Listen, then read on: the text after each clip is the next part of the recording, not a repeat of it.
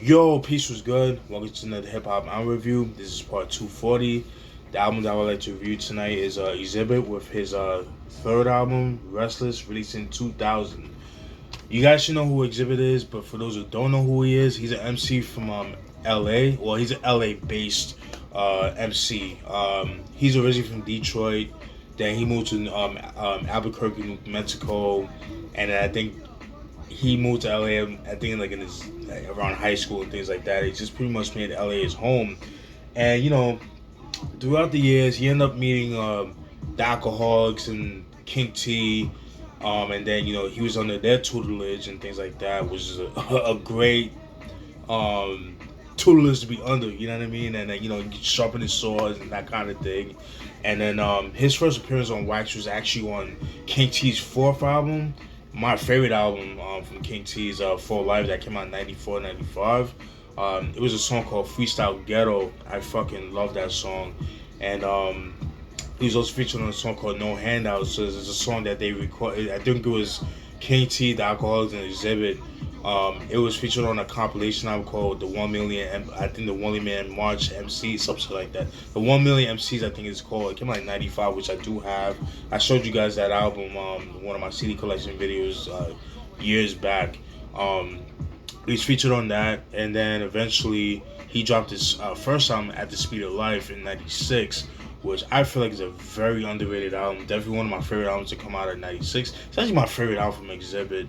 Um, yeah, definitely, my favorite album from him. Love the production.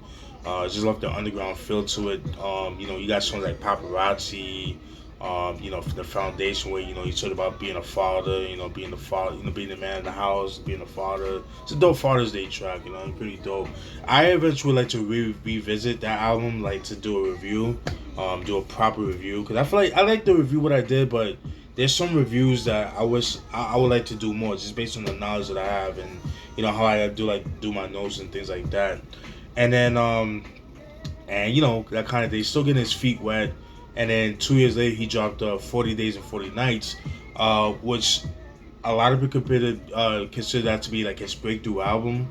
His breakthrough album is like what pretty much got a national you know notoriety, if you will, like acknowledgement, that kind of thing. And because of the success of that album, it caught the eyes of Dr. Dre, the likes of Dr. Dre, Snoop Dogg. He eventually did like features on those projects. Like I believe he was featured on Snoop Dogg's Top No Limit Top Dog, which is another dope album. I did show you guys that album. I think I did one of the reviews or whatever. CD collection. I did show it, but what happened was I did a CD collection with that. But what ended up happening was that the CD I think the video got flagged and YouTube took it down because of the music that was playing in the background, which kind of sucks. But it is what it is. But it's from an organization which I'm not gonna. It's gonna shall remain nameless. So I'm just gonna leave it at that. So there's some suckers for that. So, but yeah. Anyways, so him being featured on a couple of projects. Dr. Dre's Chronic 2001, No Limit Top Dog, and then because of that. He was actually part of the lineup, the Up in Smoke tour in 2000, and he ended up doing the tour, that kind of thing. And then the funny thing is with this album, Dr. J was like, "Yo, let's just record a record." So Xzibit was like, "All right, cool, let's do that." At the time, Xzibit was under Loud Records. Loud Records being a New York City-based record label. They didn't really have a lot of West Coast acts. I mean, they had Xzibit, and I believe they had Alcoholics too. And I think that was it as far as West Coast acts in the group. If somebody can remember, let me know what acts around that time. You know what I mean? And because that's the home of Mobb Deep, Wu Tang, you know, people like that. So Funk Flex at one point I think was part of Loud Records. A couple other people. But now we're talking like late 90s, early 2000s. So I'm not talking about the 90s, but I'm talking about like late 90s, early 2000s. And from what I understand, based on what I was reading up on the album, researching when I was doing the research, I believe Xzibit said in the review, I think during Drink Champs, he did an interview with Drink Champs with Nori, that he wasn't really getting support for Steve Rifkin, which is kind of a shame because I really like Steve Rifkin. And like pretty much, um, Dr. Dre pretty much spearheaded, the project, and it was executive produced by him, and that's how pretty much him and Steve Rifkin had a conversation, and that's how the album was gonna come out. Because I think without Dr. Dre, I don't think the album would ever come out. Because like I said, he wasn't really getting support like that. Um, and what's funny is that how the title Restless came about was during the Up and Smoke tour. Dr. Dre saw his tattoo behind his neck and it said Restless, and he was like, "Yo, that should be the name of your album," and that's how the title of the album Restless came about. So I thought that was pretty dope, and that's how the album came about, and that's what it's called, Restless, and that kind of thing. So I thought that was pretty dope. Um, and what's cool too is that Xzibit actually has a website called Restless 20, which is pretty much dedicated to that album. It's a pretty cool website. Yeah, he has merch and that kind of thing, like t-shirts, hoodies, and things like that. But also you see like old pictures, like rare pictures and stuff like that, like exclusive pictures that you see. I think from the '90s all the way up to the Restless era, I believe. Or maybe it's like little after I think the '90s and up to that point. But I think it's pretty cool. Definitely check that out when you guys get a chance. Restless.com. I'll post it down in the description box. And then now, getting into this album right here, Xzibit Restless. All right. So this is what the album looks like. Xzibit, is chilling. Just putting his dukes up. It's pretty cool, man. Then you see the back. You see Restless right here. Like I said, this one inspired the name of the album, so I thought it was pretty cool. Got the track listing. As you can see, it says "Sorry for the Glare," executive produced by Dr. Dre. All right. Open it up. That's what the CD looks like. Pretty cool. And then see right here, you got the thank yous, the shout outs, and all that good stuff. You know what I mean? Pretty cool. All right. Shout out to my guy Tracy Marrow, aka Ice T's in the background. So kind of thing. So you see, got the thank yous, all that good stuff. You got the production credits and all that good stuff. You know what I mean? Pretty cool. We got like some exclusive pictures. Pretty dope. You know what I mean? Pretty cool. The Golden State Project, which unfortunately never came out, kind of sucks. The Farai, like I said, he's part of the whole Liquid crew, and that kind of thing. He ended up coming with an album in '03 called Odds and Evens, which was pretty good. I believe that album, Evidence and Jake One did half of the production, but that's when Jake One wasn't really known like that. He wasn't Jake One that we know him of now. He was in the West Coast doing things. He's still a dope producer, man. He's really his early stuff is pretty good. You can see pretty cool. Yeah. Alright.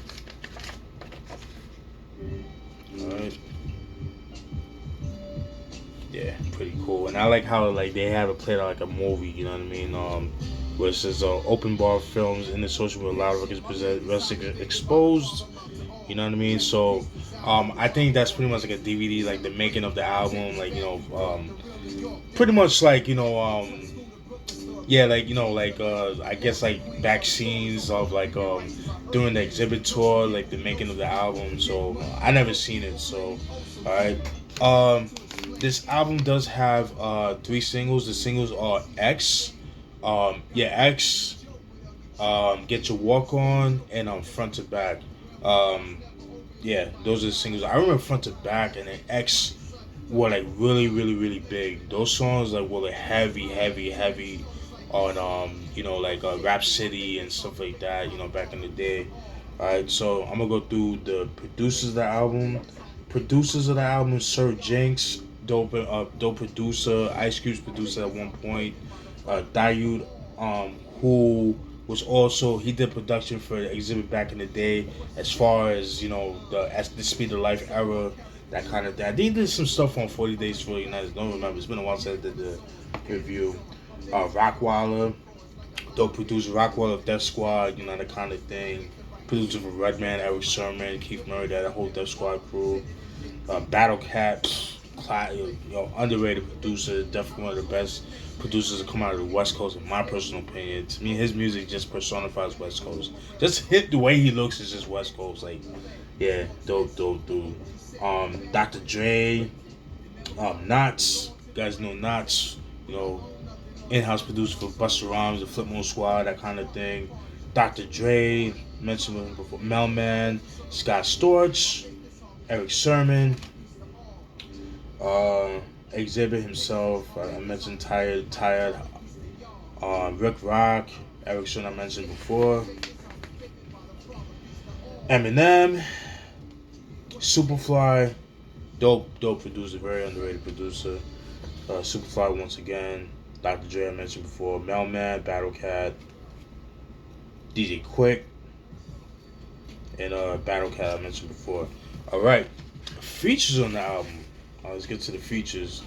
Features: Nate Dogg, rest in peace. Dr. Dre, Eric Sermon, J. Roll, and Taz of the Licks. KRS-One, Snoop Dogg, Eminem, The Far Right, Goldie Loc of the East Siders, and Cocaine. I need to get some Cocaine albums, but his stuff is like mad expensive. Sugar Free, shout out to Sugar Free. That Ghetto Gospel album, fire, classic, underrated album. DJ Quick, Butch Cassidy, The Far Right, and King T. All right, those are the features on the album. All right, you know I get down, go through some of the tracks. All right, track 1 is the intro, Restless. It's pretty much just it's a skit of fans like bigging up Xzibit, congratulating him, just bigging him up and that kind of thing. So that you're a dope MC, you're inspiring me and that kind of thing. Pretty cool shit. Nothing too crazy. You know what I'm saying? Yeah, boy got braids, so for all my people that have braids, man, like the dry scalp or when you have tight braids and shit like that, tends to itch your scalp, but I love the way it looks. So, all right.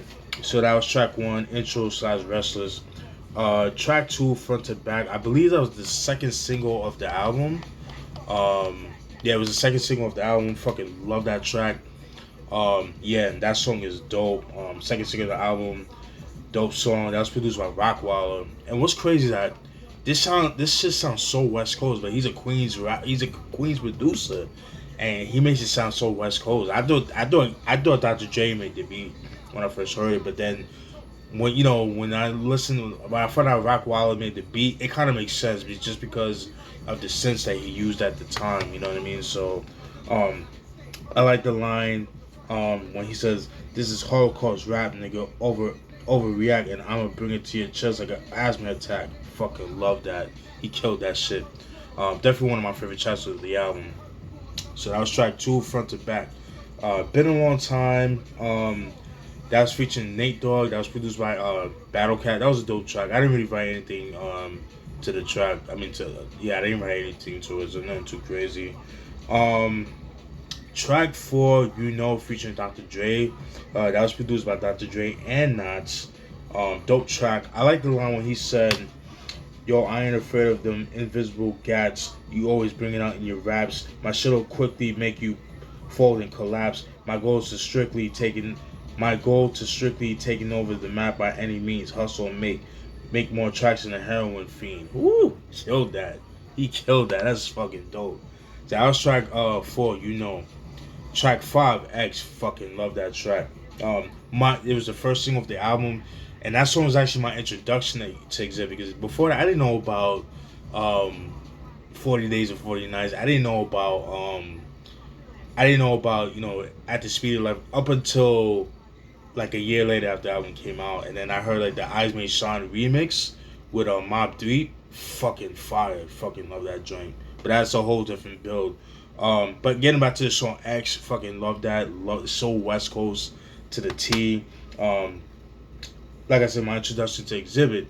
I love the line. It was produced by Melman, Dr. Dre, and Scott Storch.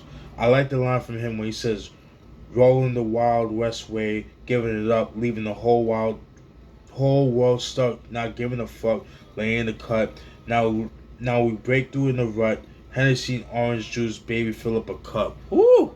That's what I'm saying. Xzibit is an underrated. Yo, people sleep on his lyrics, man. That dude can spit, son.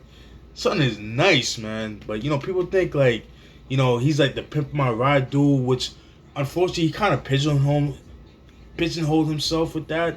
That's really on him. You know what I mean? But it is what it is. Kind of like he got Hollywood. Let's just keep it a buck. You know what I'm saying? But that's just my personal opinion. But that's a whole different build. But that was track 5, X. Then we go to track 6, one of my favorite tracks of the album, Alcoholic, man, featuring Eric Sermon, J. Roll, and Taz of the Licks, or Alcoholics. Fucking love that. That should have been a single, in my personal opinion. Love that shit. Love the line by Xzibit when he says, "Niggas getting knocked out is part of my show. Let them know who they fucking with, yo. A rhyme strangler, triangular push up the hill, swat strangling, dangle a nigga by the ankle off the balcony." Fucking love that. Taz when he says, "Kataz on the back." Kataz on the blast of the final piece to the puzzle. I slap bitches on the ass. I slap pits up in the muzzle. I shuffle with the microphone. Bang rhymes consistent. You whack. I'm Kataz, and that's the motherfucking difference. So that was pretty cool. So that was track 6, Alcohol. I love the hook. I love the hook to that shit. Again, that should have been a single, but it is what it is.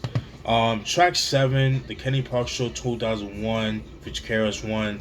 It's pretty much him paying homage to the song Kenny Parker Show that was featured on the Edutainment album from 1990. Definitely an underrated album, one of my favorite albums. It's my second favorite album from for the Boogie Down Productions, aka KRS-One's solo album. Let's just give it a buck. But like I said, Kenny Parker Show 2001 featuring KRS-One. It was okay. It kind of sounded underwhelming. Didn't really feel. It felt out of place It felt out of place of the album, in my personal opinion. I would just prefer to listen to the original version. That's just my personal opinion. I thought it was okay. Track 8, DNA, Drugs and Alcohol. That's featuring Snoop Dogg. That's a dope track as well. It's just a song them, just embracing drugs, weed, alcohol, all that good shit, you know what I'm saying? I don't condone that, but I'm just saying, it's just speaking in general. Not that I smoke, I don't smoke, I never smoked in my life, so dead ass. But anyways, I like the line by X when he says, "Taking over, never sober. Bear witness like Jehovah. Enemy fall like October. Restless standing tall like a soldier." Woo! He killed that. That is fucking dope. Let me say that again. This nigga said, "Taking over, never sober. Bear witness like Jehovah. Enemies fall like October. Restless standing tall like a soldier." Woo! Killed that. That shit was dope. So that was track 8. DNA, Drugs and Alcohol featuring Snoop. That was dope. Track 9, Double Time. That was produced by Eric Sermon. That's another dope track. I like the line when he said, "Listen, listen, never ask kissing. Too much ambition. I'm hotter than Hell's Kitchen." The beat sounds like something. I mean, yeah. That shit is dope. The beat definitely sounds like something that could have been like on Doc's Name 2000 or the Blackout album. Just have that kind of vibe, like that late 90s, Eric Sermon, vibe and that kind of thing. So, yeah, Eric Sermon, he's one of my favorite producers, man. So, and I know it's gonna sound a little controversial, but I always feel like EPMD was the pioneers of G-Funk sound-wide, in my personal opinion. And what I mean by that is like them using like funk samples, like Parliament and Bootsy Collins and Sly and the Family Stone and things like that. Because before that, people wasn't doing that. People were just using a lot of sampling James Brown and stuff like that. So they kind of opened doors, but I don't feel like EPMD ever gets sorry, let me change that. Never get the just due that they deserve. That's just my personal opinion as far as like the sound of G-Funk. You know what I mean? But that's a whole different build. All right, so getting back to this, that was Double Time. That was a dope track. Track 10, Don't Approach Me, featuring Eminem. That's another dope track. That was produced by Eminem. Um, you know, um, Eminem. Eminem when Eminem was Eminem, Slim Shady era. Marshall Mathers LP era. This is that at that time. Um, I like the line by Xzibit when he says, "Make no mistake, I'm the Golden State heavyweight. Being underrated gave me time to create. Can you relate? I renovate straight out the gate, carried my weight, but seems to receive but nothing but hate. Millionaires snatching crumbs off my little son's plate. Kidnapped, locked in the truck. No, locked in the trunk, and shit in the face. Love that shit. That shit goes hard. There was a video for it, but it's kind of like it's not really a single, but there is a video for it. The video is pretty much like back behind the scene footage of when they were up in Smoke Tour, they seen them backstage and the kind of thing. So you could tell it was like kind of low budget. And you got the video cam, so it's not really like the best quality, but it's a dope track, and I like the video for it. And, Eminem said some stuff too, but which is dope. But that was track 10. Don't Approach Me. Track 11. Rims and Tires featuring DeFari, Goldie Loke. DeFari being a part of the Liquor Crew, Goldie Loke of the East Siders and Cocaine. All dope MCs, man. Dope shit, man. Dope track. That was produced by Superfly. I didn't really write anything for it, but super West Coast, man. Like sound wise, super West Coast. So that was track 11, Rims and Tires. Track 12, Fucking You Right. Is a sex track. That was another joint that was produced by Superfly.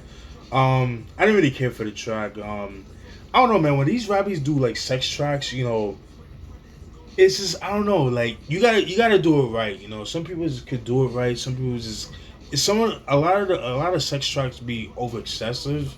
You know what I mean? It's just like okay, alright, man. Like, I mean, I'd rather just watch porn at this point. You know what I mean? So it's my personal opinion, but it is what it is. Some people could get away with it, but most people can't. So is what it is. So I didn't really care for that song too much.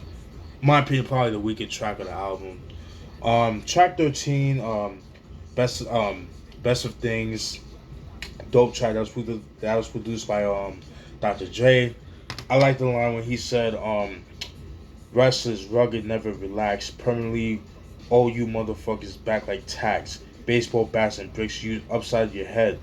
Homie still getting swole off water, and bread. Beats bread's beat sounds like yeah. I'm sorry. Yeah. So let me repeat that. Sorry. When he said rest is rugged, never relax, permanently all you motherfuckers like backs like tax, baseball bats and bricks upside your head. Homie still got and swore off water and bread. Killed that shit. That beat definitely sounded like something that was like a leftover track from Chronic 2001. Dope album. It's a masterpiece, a West Coast masterpiece. Dope album. Dope shit right there. But again, the beat definitely sounded like it could have been on the 2001 album from 99. Track 14, Get Your Walk On. That was the third and final song of the album. Fucking love that song. Dope video too. You see the Crips, I think Bloods and Crips, they like doing the B walk and the Crip walk and stuff like that. It's been a while since I've seen the video. But that was produced by Mailman and Battle Cat. Dope track. I like the line when he said, from the home of the toe tag, lowriders and body bags, earthquakes, police with automatics, nerve gas, learn fast or get behind quick. You testify, you get wrapped in plastic. Xzibit, turn your SUV into a casket. Melt your body parts in a tub full of sulfuric acid. Woo! He killed that shit. That shit was dope, son. That shit was dope, man. Yeah. Sorry about that. So yeah. So that was track 14, Get Your Walk On. Dope joint right there. Track 15, Sorry I'm Away So Much featuring Sugar Free and DJ Quick. Pretty much a dope track. It's just him talking about that was produced by DJ Quick, by the way. in that song, he talks about, he apologizes to his family for being away from his family, with the tour, him making music, not being there as much. Kind of like a testimony, kind of like an apology to his family, that kind of thing. Very dope. Yeah, dope track. You know what I mean? They all talk about that. You know what I mean? Sugar Free and DJ Quick and that kind of thing. So dope joint right there. Um, just being away from family due to music life, that's what it is. Like a sacrifice. You want to make that big bucks and live lavish. You gotta take sacrifices, and music tends to be his sacrifice. That's is a gift and a curse, that kind of thing. So, but dope track right there. Kind of an under slept on track in my opinion. And track 16, Loud and Clear, featuring Butch Cassidy, DeFari, and King T. Yeah, it's a decent track. I didn't really do any writing on it. It was cool. That was produced by Battle Cat. That was a decent track. Man, overall, great album. Great fucking album. Dope album. The last good album I like from Xzibit. I know that caused some controversy. 'Cause I know some people that do like Xzibit.